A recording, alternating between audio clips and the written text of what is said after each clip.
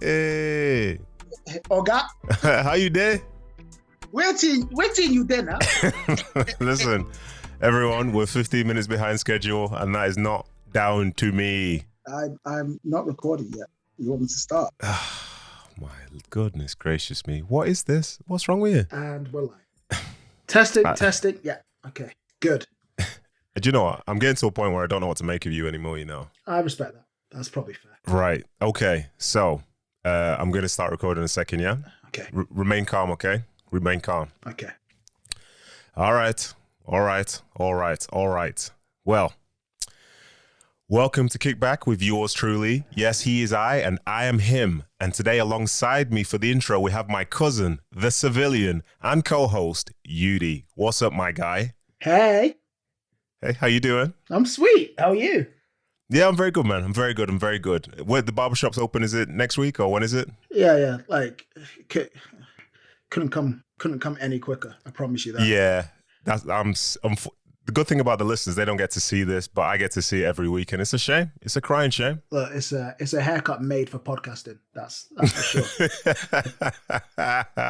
It's true, man. You have a face for radio as well. But anyway, so we got some feedback this week about the intro, and some people / a person thinks we take too long when you're guessing. Right. So they kind of just want to get involved with the show. So I'm going to have to put you on the clock when it's time for you to guess who the guest is going to be, okay? Okay. And listen, I apologize, but also get over it. You're a man of the people, so after all, you got to give them what they want. Does that seem right? Hey, look, I'm a servant to them, so it's cool. I'm ready for it. Oh, good. Shout out to Steve Polisi again, because he loves you. This is my boss for ESPN, and he loves you. He said he's so impressed by the fact that you keep getting things right. But I say you've got no life, so it's normal. That again, accurate. Don't give me credit where it's not due. Like I'm a loser, and I'm okay with that. I'm at peace with it. Okay, perfect. Well, I'm gonna try really hard this week to catch you out. Okay. Let's go. I'm ready for this. Okay. All right. I'll be surprised if many people would have been able to figure this out based on the clues, but there are clues nonetheless. So clue number 1, and bearing in mind the clock will start from the moment you receive your last clue. So what's the clock like? What's my time limit? I'm going to give you roughly 60 seconds. All right. Okay, because I feel like that's long enough to figure it out, but not so long that you can get on Google. Okay, we're on smoke like that. No problem. Okay, Listen, see what time this wasn't me. You said you're a voice of the people, and the people have spoken, and they want you to fail. And they want it to be a quick failure as well. Understood. Understood. All right, so here we go, yeah? Here we go. So, clue number 1, he's been playing for 12 years and spent he spent the first 5 years of his career playing in England before moving abroad. Right. Yeah? Clue number 2, he has finished 3rd at a World Cup before. Okay. Yeah? Clue number 3, he was relegated the season after winning the FA Cup.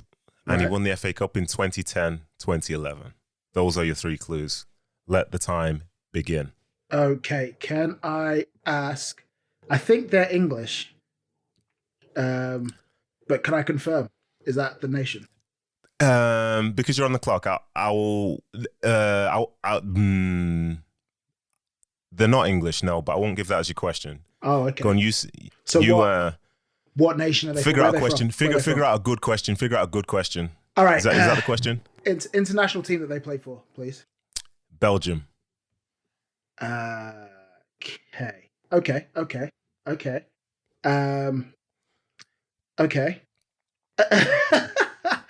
that? You've got 20 seconds. Is that the only? That's all you're getting. First 5 years of his career playing in England, the next 7 abroad. Finished 3rd at a World Cup and has been relegated the season after winning the FA Cup. Right, okay. I'm going to 5 seconds. Dedrick Boyata. Oh my God, how did you even figure that out? How did you figure that out? You said Belgian. I know the people that won the FA Cup in Manchester in 2011, 2010, 2012, that's City. There's only a couple Belgian players who've played for City. I don't know. It's not Vincent Kompany because he's not ever been relegated. It's not Kevin De Bruyne because he's never been relegated. So the only other Belgian player I could think of who played for City was Dedrick Boyata. So. Do you know, that's great logic. I tried to throw you off by saying he got relegated the year after, because do you remember where he got relegated? I don't, but I just know the other two hadn't been. So. Okay. So he was relegated at Bolton Wanderers whilst on loan. The season where QPR stayed up in 2011-2012, he was on loan at Bolton and they went down. Interesting. So like you played a part in that then. All right. A little awkward. That's correct. Yo, Dedrick, how you doing? Yeah, we relegated you, but what of it? No, not even. But anyway, that's very, very good work again. And I'll be contributing to your charity like always, because you're on fire. And see, Steve, he didn't know from the start, but he figured it out through his weirdo logic. But anyway, today's show was a really, really good recording. So I hope you will enjoy his honesty and his story so far. And it's probably not going to be the type of story which you expect. So make sure you listen to every single word that's said. So for now, let's head over to Germany to listen to the man that is Dedrick Boyata.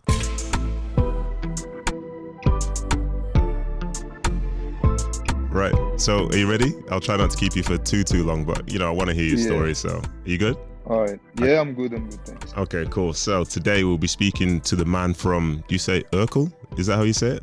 Yeah, Echter Berlin. Oh, no. I'm talking about where you're from. I'm talking about where you're from, not who you play for. Oh, where I'm from? From Brussels, actually. Well, specifically, because it says, is it Urkel? Oh, Ukle. That's like Vinny. Yeah, you're the real king of Ukle. Forget Vinny, you're the king of Ukle.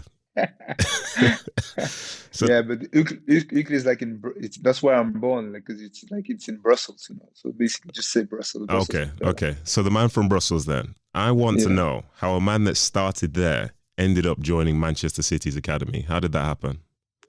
Oh man, that's a long story. I was basically playing in a basic team in Belgium. I think I was around 15, and I started football like around 12. Really? Very, very late compared to the other guys. And then I was playing for this team called FC Brussels, and we had this international tournament in Northern Ireland called the Milk Cup. Yes. I don't know if you heard about it. Yeah, Milk Cup. Yeah. And that was actually my first international tournament. And we went there, we did very well. We finished like 4th, losing against the team who won the tournament. Mm-hmm. And then when we got back, I got like this phone call from this agent sent from City. And basically this guy was saying that he wanted me to come for a trial. And I remember that time, like, because I was playing football, but it was part-time football. Yeah. It was like mostly I was going to school a week, and then I would have training maybe 2 or maximum 3 times a week. Mm-hmm. But then if I had too much homework, like my parents would be like, "No, you're not going," Yeah, so, I get that. So when this guy came with this stuff about going for a trial in Manchester, especially in Manchester, because like at that age, I come from Brussels. You speak to me about Manchester, for me, it's like Manchester United, And then all of a sudden, you come out with something with Manchester City, and I was like, huh? Like, what? Mm-hmm. So I denied it first time. Okay. I said, I'm not interested. And that's me talking at 15. I just think about like no, I'm not having this. Mm-hmm. Then a second time he called me again, and my father was next to me. Yeah. And he was like, yeah, who are you talking to? And I told him, I said, this guy from England, I don't know what he's talking about, And he just jumped out like out of nowhere, like, give me the phone, like, he basically spoke to him, and then next thing I know, 2 weeks or either 3 weeks later, I came for a first trial, a week trial. Mm-hmm.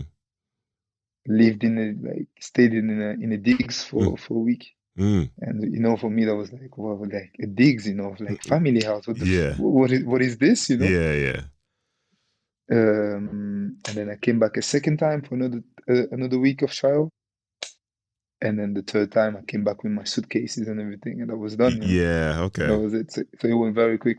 Wow, that's special. It's different to hear somebody that was essentially part-time at that old age of 15 But then also interesting to see you're turning down Man City 2 times. Like, are you? What did you say? Is t'es mal à la tête? Is that what you'd say in French? Mal à la tête, yes, mal à la tête. So go on then. So you finally signed, and you must be. Were you 16 at this point, or were you a bit older? I was just turning 17. Okay. So how did you find settling in full time to a new country, especially as a young man? Was it an easy thing or was it difficult? No, it was very hard. It was very hard because all of a sudden you know, especially I came from an area where the parents were very protective to the kids. You know, I had two sisters. At the time I left my house. I was 16, and the last one was 2 years old. So like it was difficult, especially going to a country that you don't know. At that moment, I had maybe some English lessons at school, but it's nothing to do with the real life. You know, it's when you get to the real life, it's all about practicing. It's all about talking the language, discovering the breakfast, discovering the lunches, the dinner. You know, everything was so much different. So it was difficult.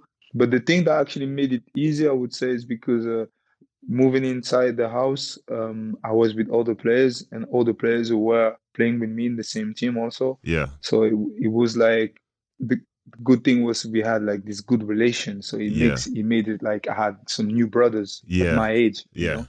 That's what helped me actually, because in my house I had two little sisters. I was the oldest, you know, so it was a little bit different. Yeah, you know, that's good, and I think it's one thing about football which I found is when you are in the academy team and you're full time, even though you could be from wherever you're from, you still have relationship because the people around you are all the same age. So you almost think and feel the same things. Yeah. You know, as opposed to when you go for the first team and now you could be with somebody who's twice your age, who's thinking about completely different things. Yes. And the time to adjust you don't have time because it's all about business. But at that sort of young age, you can actually enjoy yourself as well.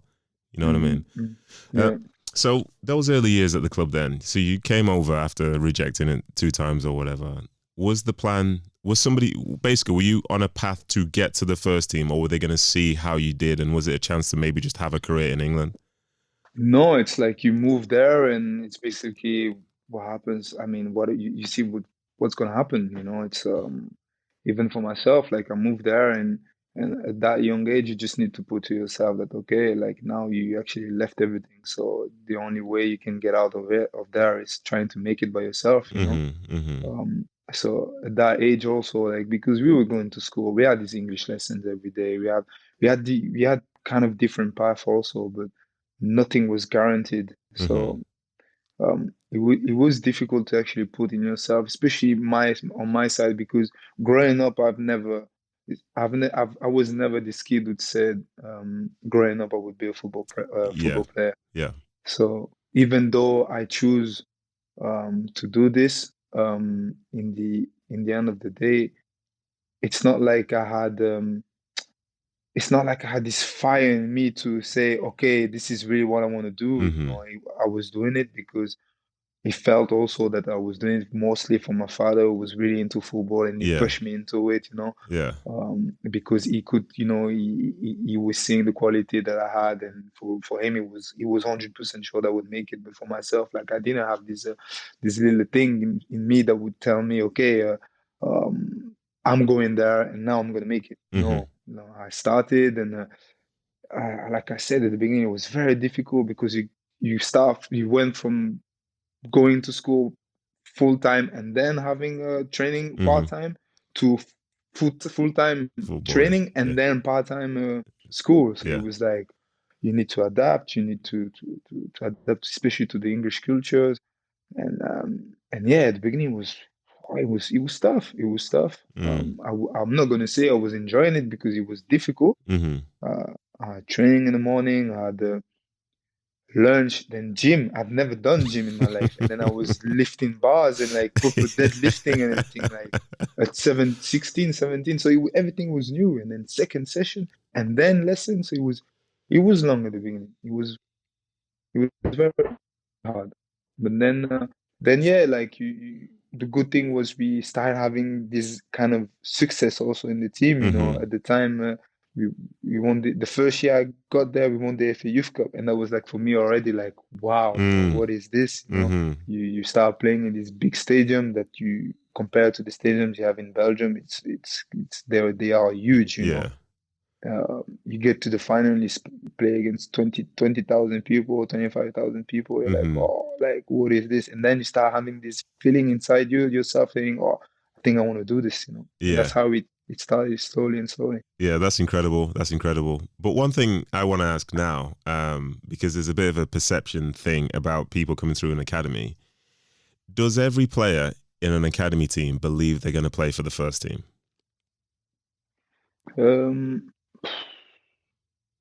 I think for me, if I have to answer this question, I think it just depends on, first of all, where you are, which team you are in, and where you come from. Because I think um, the advantage you have, for example, living in a country like in England, you have these football academies all over the places in Yeah. almost every single teams who are in the Premier League, for example. Um, in Belgium, it's not like this. In Belgium, you have academy teams, that I can compare with what I had in Manchester. You have only maybe at the top level only four Yeah. out of the 16 or uh, so yeah, 16 leagues in the 16 teams in the first league, first division. So first of all, it will depend on where you live. For example, if you live, I don't know, you live in Manchester, you can either um, try to put your son. You have the possibility to put your son in academy in Manchester City, or you can go to United. Or if it doesn't work that well, you can put him Stockport. You know, there's Yeah. different type of. Um, Now for myself, when I got there, if I look at the squad that we had, um, there were maybe 6 or 7 players who actually came from Manchester, Yeah. but not really where we live, like not really where the academy was. Was a little bit outside, if I can say, like the guys, the likes like Kieran Trippier, you know, they were just outside of Manchester, you know, and these guys, yeah, for sure, they were believing of making it, you know, like that's for sure. But then there were the other guys who actually came from there, and that was just, yeah, that was the parents put them there because they wanted to play football, they wanted to do Yeah. something, you know, this was part of their life today. But then if they make it or not, or if they had the belief to make it or not, then I can't really Yeah. speak for them, Yeah. you know. But for us, like I said, I had my own path, and then you had other players coming from Slovakia. You know, you saw the amount of players we had from Slovakia. I Yeah. was in the house with Vladimir Weiss, all these Yeah. guys, you know. These guys had they had the belief to make it, you know, like they left the country like me, but they play football from a young age. For them, it was like, yeah, we believe we can make it.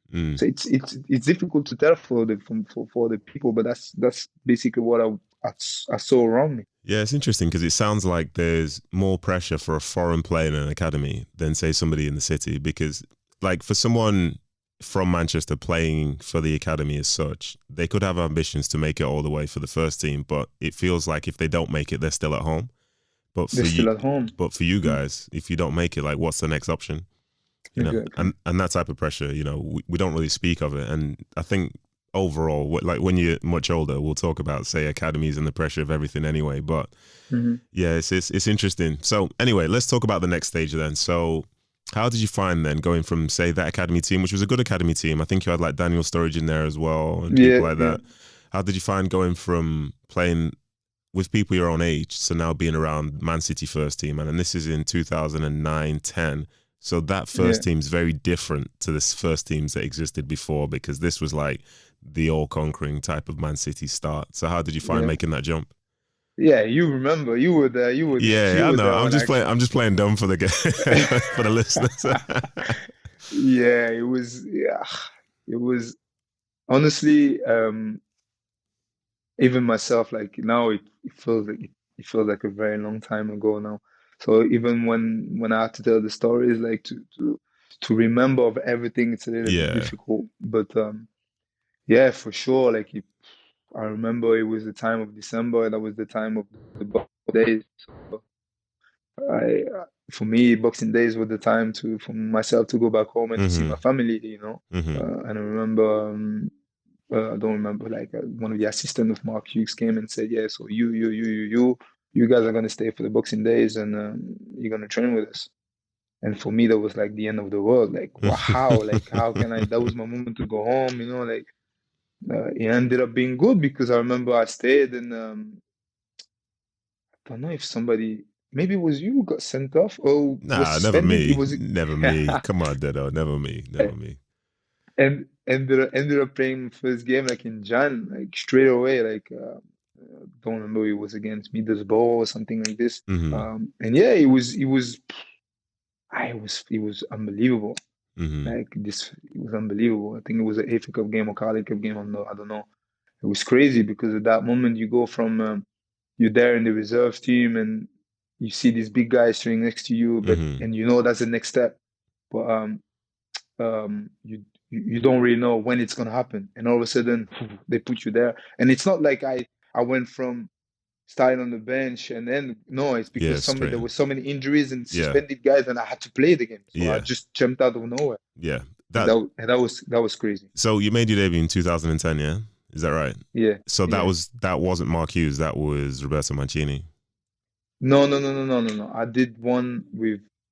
Oh, actually, See? maybe you're right. I know your career better than you do, my friend.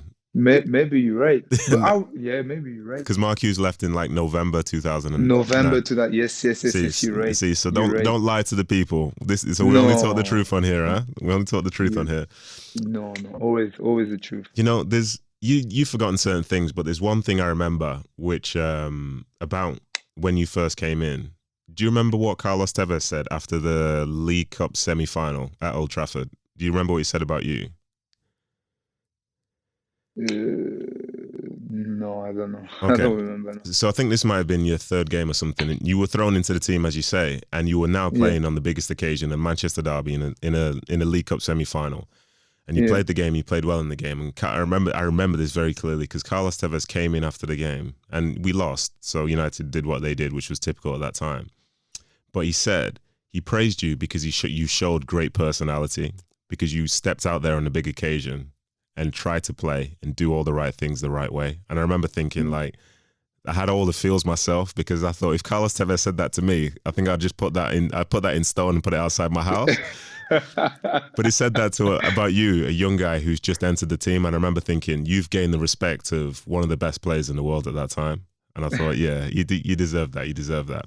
So, okay. So you ended up anyway being voted Young Player of the Year that season, and everything's looking great. Yeah. But to put some more context to it, I think from when you made your debut, it was 5 years with the first team. You ended up playing in some very big games like the League Cup game, which I mentioned there. But you also ended up going on loan 2 times, once to Bolton, once to 20, I think. And Yes. looking at it, because I didn't really know the details until I really studied it, you probably didn't play as many games as you would have liked to in that time based on how you started. So I'd like to talk about that now, because this is a whole topic in itself. And ultimately, why do you think you didn't play as much based on the way that you started? You mean at City or you mean on At loan? City. Yeah, then it was a little bit. I think these times were a little bit tough for me. I think Mancini actually showed me a lot of moments where he gave me he showed me a lot of faith because he still played me a lot of games. You know, Yeah. if I compare with other young Yeah. players, Yeah. okay, if comparing the main players, then yeah, for sure, I didn't play that much of games. I think the competition was high also. Yeah, for sure. It was very high, and especially for a player of my age, I think I showed some good quality. But then I think to be there to play every games, you had to be very good, like on top of everybody. Um, and then also, I remember he gave me that chance also against Arsenal, and I got sent off like after 5 minutes, I think. And you know that was like a moment where he gave this faith to this kid, and he gets sent off after 5 minutes or something like this. And that was like that was a bad thing for him also, you know, and for myself also. And from there, I got some games beats, you know, like like UEFA Cup game at the Yeah. time, and yeah, it was difficult. to get more games at that moment. And something that I realized also is at that moment, I thought that at that young age, you would just, okay, whatever games they give you, you're happy. If you don't get as much games, you're happy because you tell yourself you play in these big clubs and um and yeah, these games will count. But in the end of the day, I think at that young age, the good thing is to play games to get the Yeah, experience, for sure. you to make mistakes and then come back after the next weekend and learn about your mistakes. They keep going week in, week out, and this is definitely not what I had. So that's why in the end I ended up going on loan. Did you how did you manage to actually remain patient? Because as you said, it feels like the right thing to think is you appreciate you're a young player playing for a big team, and the people ahead of you, you're talking about Vincent Kompany's, Jolien Lescott's, and so on. Like, they speak for themselves. But as I say, that feels like the right thing to think. But in hindsight, for myself as well, from when I was younger, there's this thing I feel about, if you're the next person to come in, if somebody's out, then you're a strength to the club, but it's a weakness to yourself, because in the same time you're doing that role, there's somebody else who's playing every single game somewhere else, and when you look at, there's some players who by the time they're 21, 22, they've played 100, 200 games, and they might not necessarily be playing for the biggest clubs, but at times, like, I look back and ask myself, well, was I really taking part at that time? And it's like, for me, it was easy to remain patient because Manchester was my home and City was my team. But for other people, like yourself, how did you actually remain patient? Because at certain times it might have been okay, but other times it must have been hard because you were good enough to be able to play at that level. So how did you actually overcome that? I think I remained patient because at that moment I had this big proud of being there also. It's the team was changing into, like, we saw all this kind of rotation with the boards, with the investments, with all these big players coming, and just being there, a part of it. You had this pride in me that was saying, okay, like, you are there, like, okay, you don't get as many minutes as you want. Well, whenever you have this chance and you're there, like, it will be, you maybe will have more value than going somewhere else and play somewhere else. And that was probably my thinking at the time. And honestly, if I had the chance today, I would have changed it because for sure, I think the main thing is to play games. I mean, you need to make a name for yourself. Yeah. Even if you have to go to another league and play, the experience of the game, you're not gonna get more than by doing it by yourself. I think the other side of it also that I had in my mind was I was playing in this quality team with quality players and with these guys who were always there to give me advices, but they were always based on trainings. Yeah. So at that moment, I thought that these advices were worth it than just going somewhere else with a coach, for example, that maybe they have the same type of working, same type of learning to a player that I had at the time. So it was a lot of thinking. Really, it was a lot of thinking, and yeah, that time also at that young age, like, what do? You will ask advice. You don't really make these decisions by yourself. You always have people around you, either your agent, your father. Like, for me, it was my father and my agent. Yeah. And same, my father was so proud for me to be there and to play this game with these guys. And he was always like, no, like, keep patient, keep doing it, it's gonna happen. And this is what I was doing at the time. But yeah, like, I think making a name by yourself. What happens later is I spoke to, that was later, but when Pellegrini came on, and I told him, no, I had to go, I cannot stay anymore. One sentence he said to me is, any good player, he said to me, if you are a good player, even though you don't make it here, because it's here, we know how it works here, you will be able to make it somewhere else. So like, and when he told me this, I was actually, for me, I was wishing that 4 years before or 5 years Someone before said that somebody before, would tell me this, Yeah.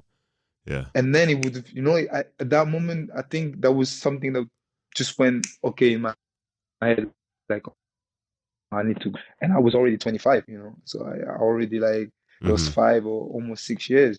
That's such a great point. That is such a great point. And I think sometimes you can lose that sense of, the bigger picture in terms of what football actually is, and the desire to want to make it in one place. Unfortunately, especially as a young player, it can go two ways. You can either be thrown in and play every single week because somebody loves you, or you can just be kept to the side and brought in when they need you. But unfortunately, not every loyalty brings good reward for you. You know what I mean? And that's ultimately a shame. So let me talk about something else here then. So I left the club in 2012, but it was basically I went on loan in 2010-11, and then for the first part of the season when City won the league, I basically wasn't there. But in that time, you went on loan to Bolton, and for me, I was a million miles away from that team. So I'd basically not been there for 2 years in terms of City. So I was away and away. So when they talk about that season, I can't really feel anything to it because I wasn't part of anything. Like, I think I played maybe 2 or 3 games and such. But you were on loan, so you were still technically a City player. And the question, no one talked in the City story. People talk to me because I was on the field for the game when they won. But I wasn't playing for City. But I spend more time talking about City than I do about QPR. And it's weird, but whatever. So for you then, how did you feel, or how do you feel knowing that, say you left that season, they won that trophy, and the team where you were at actually went down? Because the Bolton are the third part to the story, but they never get spoken about. Like, how did that hurt your pride, or is it something you just accepted? Were you disappointed? Did you think maybe you might not be able to go back the next year because they're now at this whole new level? Like, how did you feel? I think this part is definitely a part that was very painful inside myself. This is the first time somebody actually asked me a question about it since, I never actually got the time to speak about this moment. It was even that day. I think we were playing. So we were playing Stoke, I think. So the last game, Stoke away, I think. So, yeah. And we had to win to save ourselves, I think. And we lost the game. And next thing I know is we get into the change room and I get all these messages and City won the league, crazy stuff, like last minute goal, blah blah blah blah blah blah. And it's a mixed feeling because in the end of the day, I'm playing with it. I was on loan in a team where I was expecting to play more games and help the team, and try to gain this experience that we were talking about, just trying games and we play week in, week out.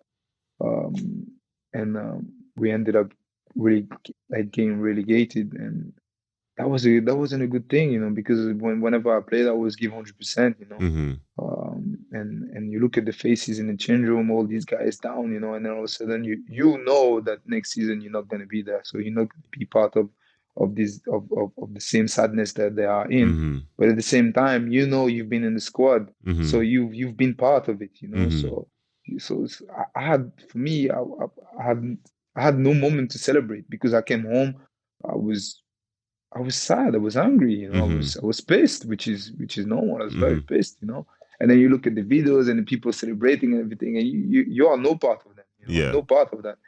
And then next thing you know is the following months, then you're going to be starting with them again and training, and that was hard, that was hard because all this celebrating stuff and this cheering and everything has nothing to do with you, so it was a hard time. Definitely a hard time. Yeah, for sure. And like you said, it's not really a conversation that people have. In the same way I had a link there, you had a link as well, but you were still going back to City.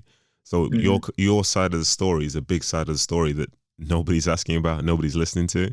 But it's a big thing because I got relegated twice, and the feeling of relegation is awful, but it's part of a long period of time where you're losing most weeks and it's a stressful environment. To go to training isn't really fun. To go to games isn't really fun. Leaving games isn't really fun because you're desperate for points, but you don't have them. You're worried about everything going on around you. And whereas the stress of, being the top for City is, oh, we've won again. Are they going to win? Oh, we've won again. Are they going to win? It's like, where's our next win going to come from? And that there is... that's tough. So for you to know that you have to go back into that environment and you can't celebrate with them because you were involved in something else, but you're still one of their players, was crazy. Because I think it was the year before when you guys won the FA Cup.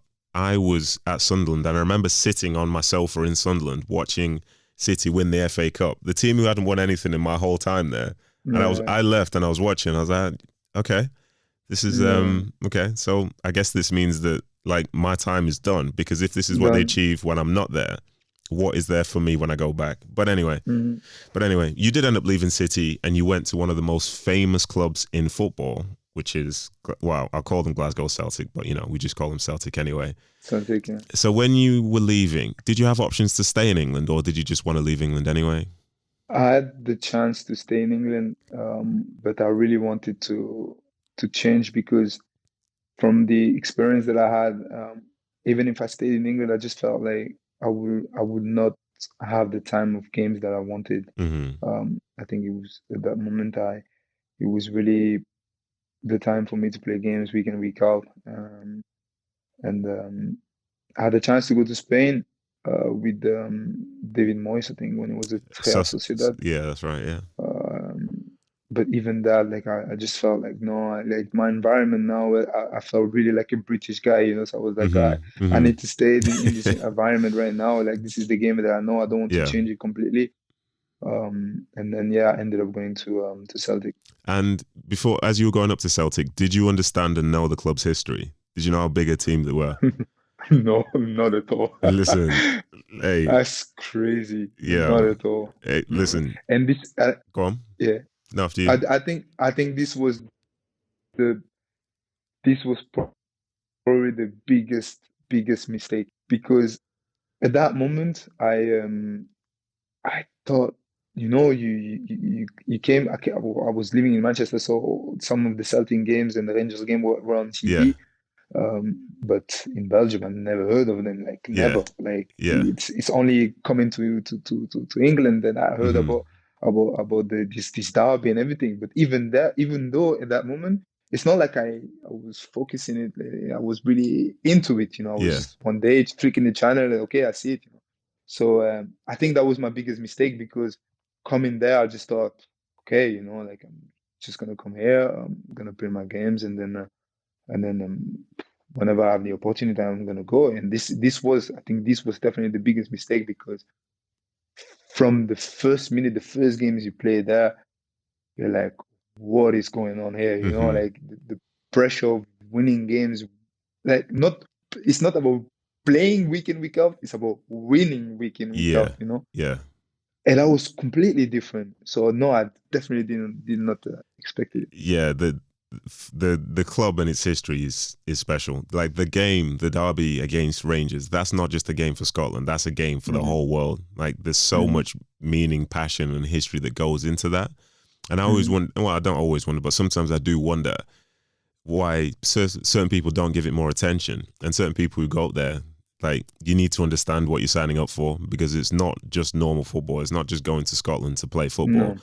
You're buying into something that's far bigger than football itself, you know. And I used to love watching those games and hearing stories of people who played in those games and played in that league and understood that thing which you've said there about you have to win every single week, and you have to win the derbies. You have to do this. Like, there's not an option. You have to do this.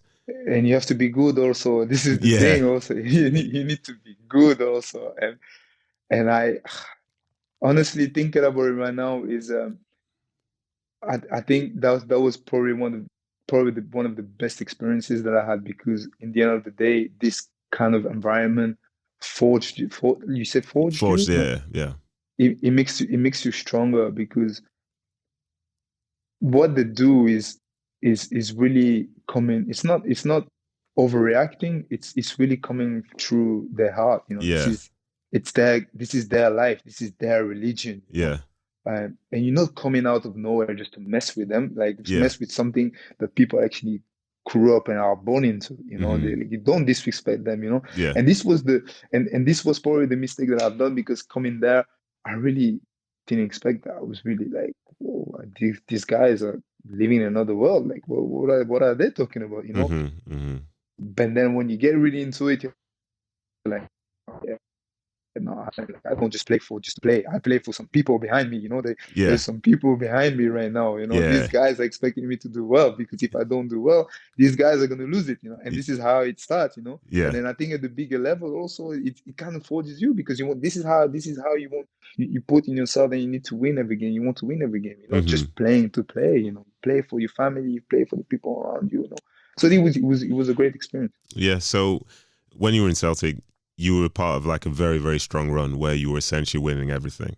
So of all those league titles and cup titles you got, which one was your favorite, would you say? I would say the second treble. The reason why is because the first year when I got there, we won the league, but we didn't win the other two cups.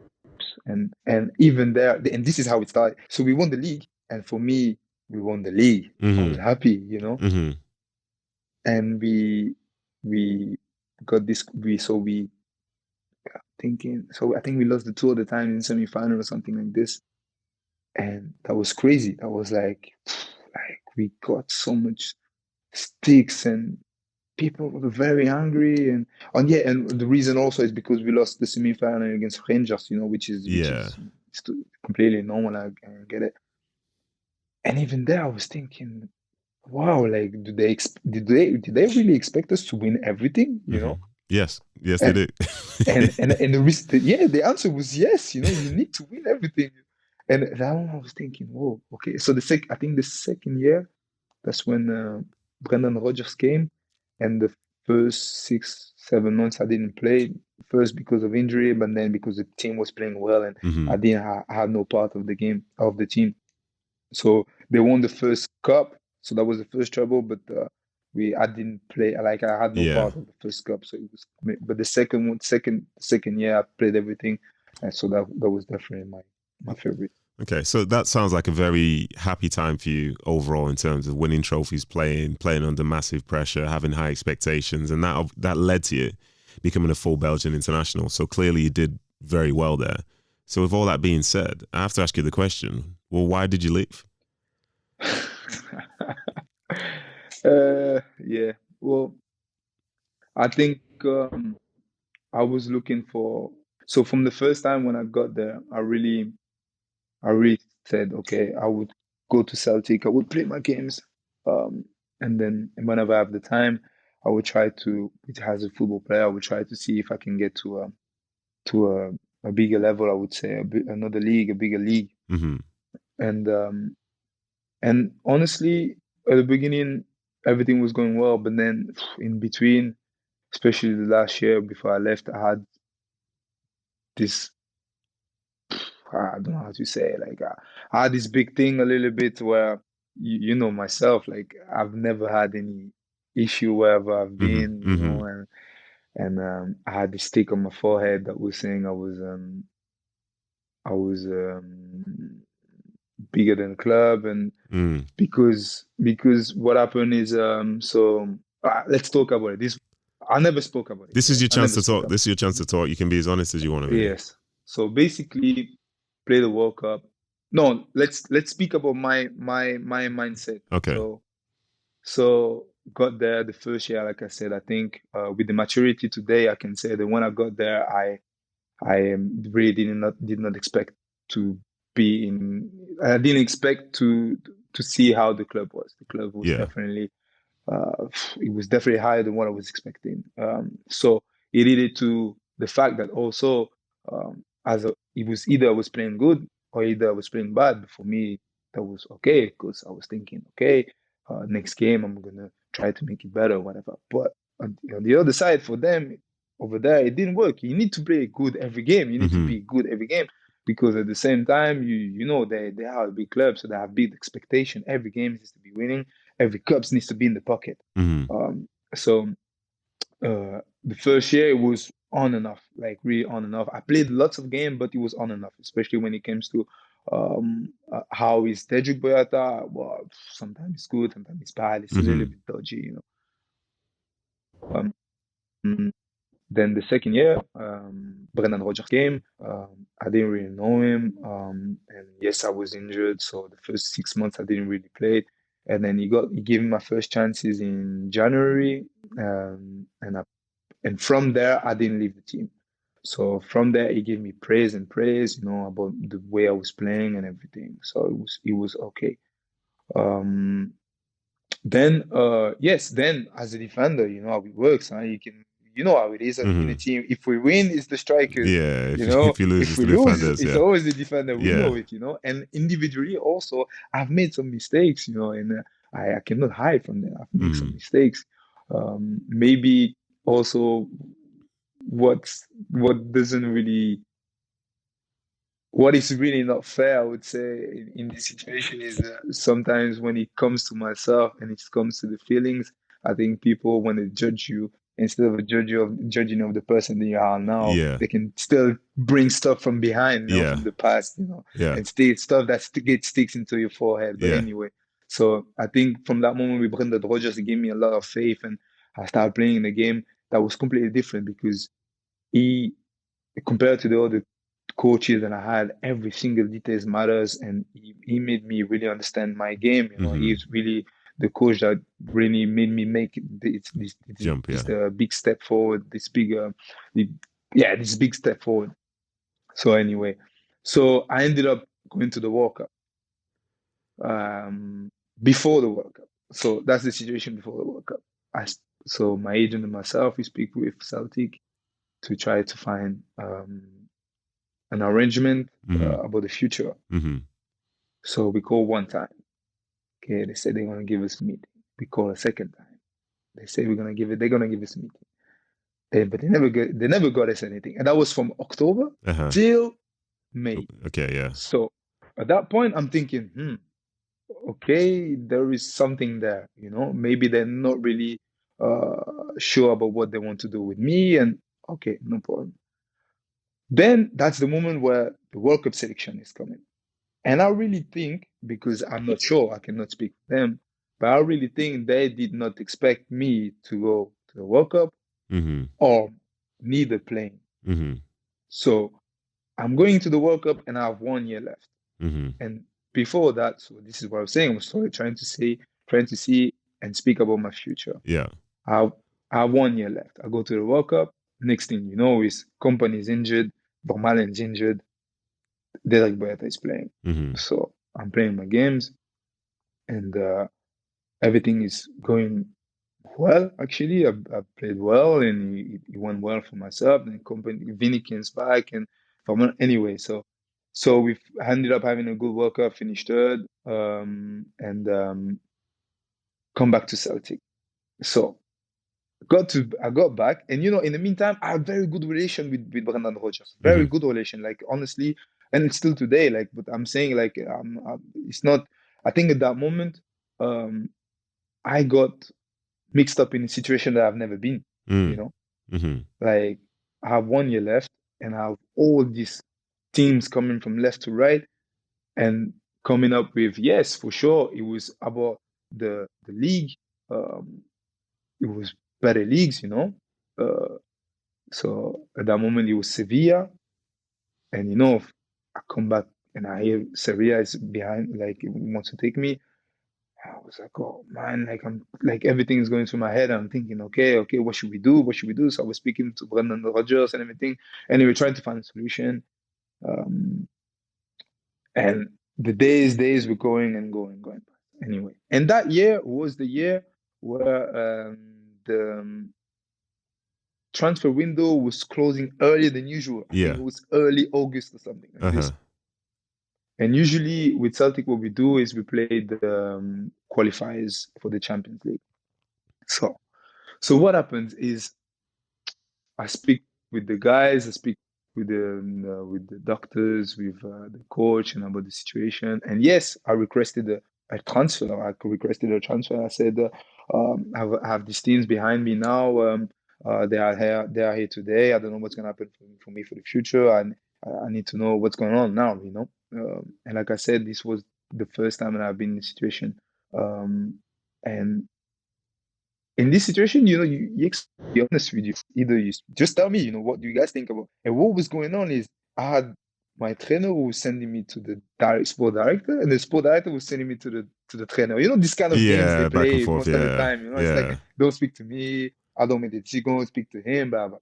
And for myself, it was like a little bit difficult because I have never been in a situation where I am the villain, you know? I've always been respectful with everybody, you know, like this good guy with everybody, like every time. And now I'm being in a situation where I'm like the villain, like what is going on? But anyway, so big old sorry. What happens is so I have these you know, when it comes to the transfer window, when it comes to the transfers, I'm taking advices from my people from left to right, what to do, what should I do, whatever, blah, blah. During the World Cup, I played with this big discount from my hamstring. Everybody knows it. When I came back, so this was the first thing I said. Yeah, I have this thing on my hamstring. Can you guys help me? Blah blah blah blah blah blah. On the same time, you have the situation with big games coming up, qualifiers for the Champions League. This is the big moment for the club. Dedrick, can you help us or not? Me on my situation is like, yeah. First, please try to find a solution for myself. You know? Don't play games and send me from left to right. Just try to find a solution for myself. Respect me, I will respect you. Anyway, end of the day, I'm taking advice, blah, blah, blah, and I'm saying, yeah, I feel my hamstring. I cannot do anything at the moment. So these games are coming, and then I go and see the trainer. I speak to the trainer. I tell him about my situation. They ended up going a game in Baku, I think, and then or Athens or something like this. No, in Athens, I think, and they lost the game. And then so Brendan Rodgers had this interview where he said it's difficult to win games when we have fit players at home. I don't want to hit the team. Yeah. So, and then from this interview, because I was watching the game, it's not like I was watching the game. And then from this interview, what's his name? What's the name of the? They have this British pundit in Scotland. It's like a Charlie Nicholas or something like that. No, the one who's a little bit hard with people. Chris Sutton. Chris Sutton, yeah. So he went.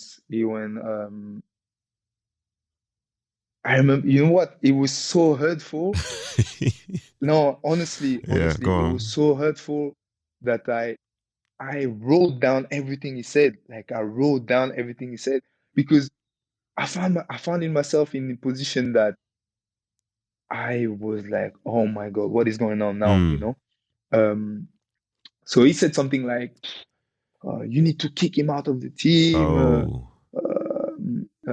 He's thinking he's bigger than the club, like something like this, kick him out of the team. I don't want to see him again, blah, blah, blah, blah, blah, blah. All these things going on, you know. And to be honest, in my situation, and taking back, like if I have to go back in this situation, I think I would have done things differently for sure. Because this is how it does. I think you make mistakes sometimes, and these mistakes help you to be a better person. You know, that's for sure. You know, but then at the end of the day, is at that moment, this felt right. You know, like especially when it came with the situation. I remember I spoke to every single player about my situation. You know, like when it comes to the captain, to the goalkeeper, to all these guys who had this experience. You know, to say, hey guys, have a look at what is going on right now. Like, what am I supposed to do? You know, like if you guys were in my position, what should I do? You know, so these guys will give me advices and everything. But at the same time, these guys were affected with the situation also because they want to go to the Champions League. They want to play with the best team on the pitch also. So for them, it was like, hey, we need to find the best situation for Dedrick, you know, like, come on, you know, like, so at that moment, so trainer said this, the Chris Sutton said this, and yeah, that was like, for me, that was finished. From that moment, finished. Yeah. So, I came back the day after and I went to speak to the trainer. I said, like, how can you do this to me? You know, like, how can you put me in this situation? Because you've been aware of everything was going on. You know, like we tried to find a solution, and now you just throw me under the bus like this when you are aware of everything. You know, and he told me his part and everything, and yeah, like it didn't like. he protected himself, he protected the team, and I was the bad guy, And I really, for myself at that point, it was like, okay, from now on, it's finished. Yeah. Like it's finished. But at the same time, I am an employee, and these guys are my employers. So I need them.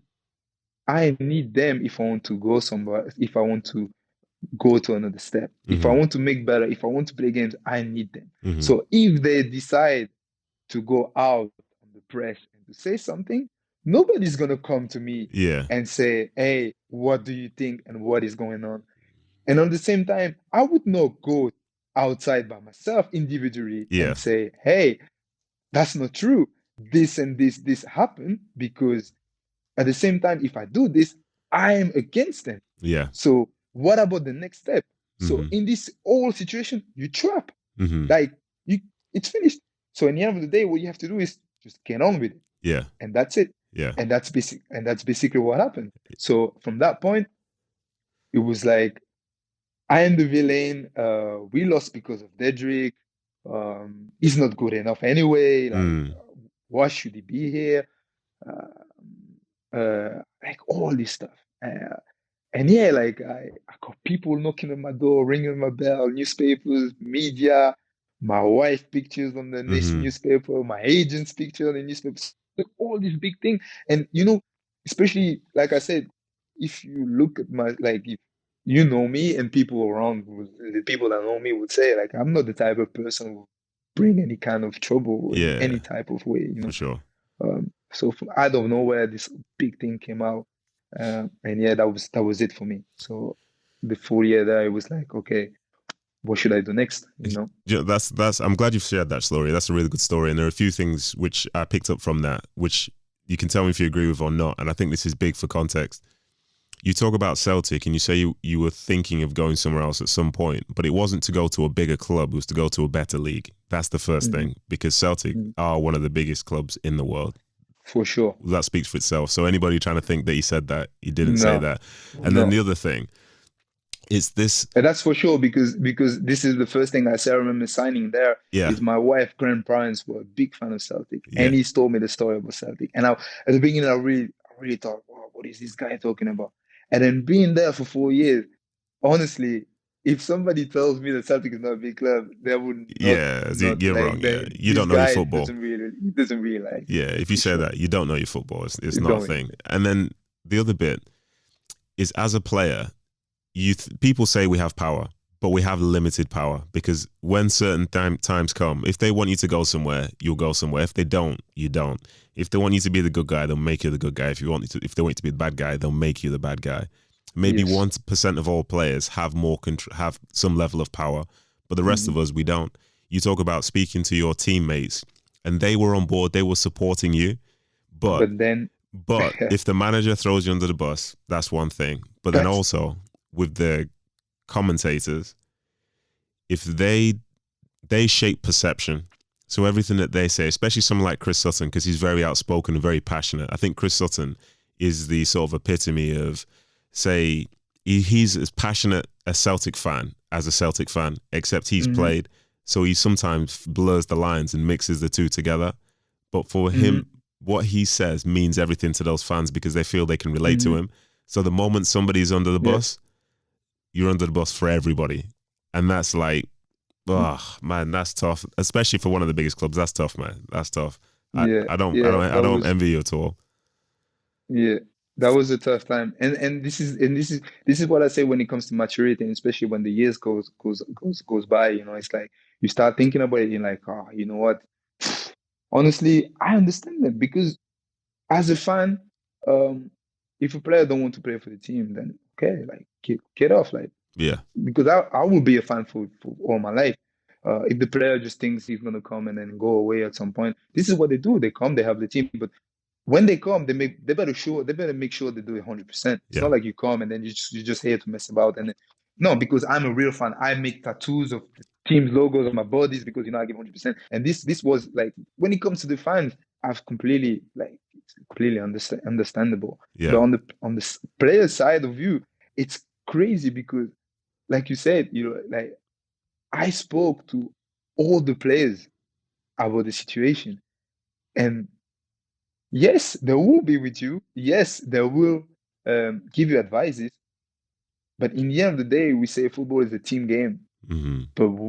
But then when you get into a certain situation, it's everybody for himself. Because in the end of the day, why would another player get his hands dirty for a decision that you've made? Mm-hmm. Like, it's not like this. Because in the end of the day, I play for myself, I play for my family, I play for all the guys behind me. Mm-hmm. I'm not gonna let you mess with my family. I'm gonna let you, And so it was difficult. It was hard. It was hard, Yeah, for sure. And the people, they could have come out and supported you, but as if you do it as an individual, they could end up in the same situation that you're in. Same situation, for sure. And obviously they represent the football club, but there are other things which go on, which make it very hard sometimes to call something out that's wrong, because ultimately in the building, you don't have as much power as people believe that you have from the outside.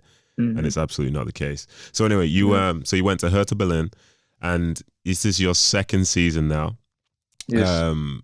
And I was going to ask more about, say, playing in Germany and so on, but you explained that story was such a good story that I think that's going to be, I want to enjoy that as being like a big chunk of this. So I just want to ask some questions then. So you've lived in Manchester, Glasgow, and Berlin. Which city has been your favorite so far? I really like the three cities. I'm a more quiet guy. Like, I like to be out of the city. So when it comes to Glasgow, I really like the fact that Glasgow is a real green city.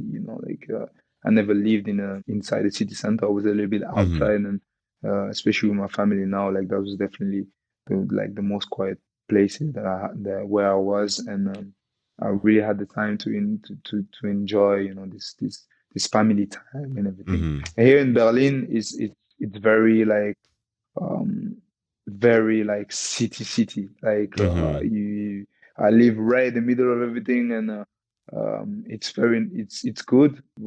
It's not really my type of thing. And then Manchester have this more. It's more private, I would say, because it's like I grew up there. Like I started in a family house. I lived my first apartment by myself. I had my house for the first time there. So it's a little bit more about the feelings. Yeah, you've been very fortunate. Those are 3 great cities. So, what are your hopes for the rest of your career then? Yeah, I'm 30 years old now, and yeah, I think the one thing that I've gained from leaving Celtic, it's I really want to. I brought back this mentality to want to win and to get more and more and more and more. And today, like so we have the Euros, you have the European Championship in June and July. I hope to be part of it. I hope to have a playing time with it, and hopefully trying to do something good with this team that we've been together for years and years now. But again, also, so at the same time, we have the World Cup next year also. So these are definitely 2 main targets that for me, as a football player, especially when it comes to trophies, this is something that for sure I would dream about. On the club situation, at the moment at the Hertha, we are in difficult position, but at the same time, these are the situation where yes, it will be very much enjoyable if we manage to get out of it. So that's the goal. The goal is to get out of the situation and to try to get as much as possible, especially if we stay, to go back next season and do better. And that's so, cool. So those are great official answers. That's great. Yeah. That's the stuff which you wrote out in your book and you pass around to reporters when you ask. Good. Well done. So to get cheeky a bit then. So the Belgian side, you guys finished 3rd in 2018 at the World Cup. And now you're going into a European Championships. So obviously you have to win it, huh? Obviously success is winning it. That seems about right, yeah? Yeah, well...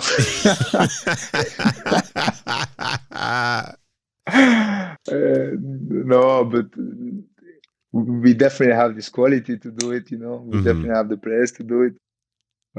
Yeah, that's for sure. That's definitely the main goal. The main goal is to win it. It's not. There's no other goals. I think we've been showing for the last 3 years, 4 years, how good we can be. But you're as good as the trophies you have in your how do you say, in your cupboard? No, cupboard. Yeah, in your cabinet. And yeah, because we did well at the World Cup, but still, we did well, but he still feels very disappointed because we felt like we could have done more, and now the next step is the Euro. So for sure, the main goal is to go there with the same mentality and the same environment, the same environment. You say? I think. Nah, not quite. No. Attitude. Anyway, attitude, the same attitude to try and win this one. Considering you guys are number one in the world, then isn't it interesting that England are actually favourites to win the Euros? You can't be happy with that, surely, no? Who said England is favourite to win the Listen, Euros? if you try and put money on this event, England are favourites for the Euros. You can't be happy with that. Yeah? Yeah, I man. didn't know that. They're not big favourites, but they're favourites. You can't be happy with that. I mean, the good thing would be to ask the people from England if they're favourite to win the Euro. That's different. Yeah, that's a good answer. That's a good answer. So I've got one more question, then I'll let you go because I've kept you for too long already. So I need to know now if you could pick a five-a-side team of players that you've played with in your career, what would the best one be? And this is 1 goalkeeper and 4 outfielders, yeah? What would the best five-a-side team be? 1 goalkeeper, 4 outsiders. I would put 5-a-side. Huh? 5-a-side, traditional 5-a-side. With a defender? It has to be. No, it doesn't have to be. If you want to go for an all-out attack, you go all-out attack. If you want to do all-out defense, go all-out defense. It's up to you. I would put Thibaut Courtois in goal. It's a good start. I would put David Silva, Samir Nasri. Oh, wow. 2 more. Sergio Aguero. It's a 5-a-side, so it doesn't have to be a defender. You don't have to. You don't have to. If you keep all the ball, you don't need to defend. Yeah. And yeah. Do you know what? That's a very nice team. That is a very, very nice team. Mm-hmm. I think, I like that. With no defenders, just that's keeping fine. the ball. It's irrelevant. You keep the ball, you score your goals, you're flying. But thank you very much for coming on the show. Appreciate you spending your time. And hopefully there's a big finish for Hertha as well. And you finish off the season well. Thank you. Appreciate it. Hey, great to see you, man. Take it easy. Thank you. Ciao, ciao. Yeah, bye. So there you have it. Thanks for listening like always, and also a big thank you again to Dedrick for giving up his time to share his story so far. Fingers crossed his Hertha Berlin team can have a strong end to the season, and maybe he can find some success at the European Championships this summer with the Red Devils. I know I'll be watching out for that for sure.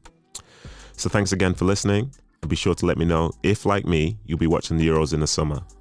The kickback_Nadum handle remains undefeated, and it can be found on Instagram and on Twitter. And also, don't forget to subscribe to the show if you haven't done so already. And now to close, the final thanks goes out to the podfather himself, Mr. Ryan Hale,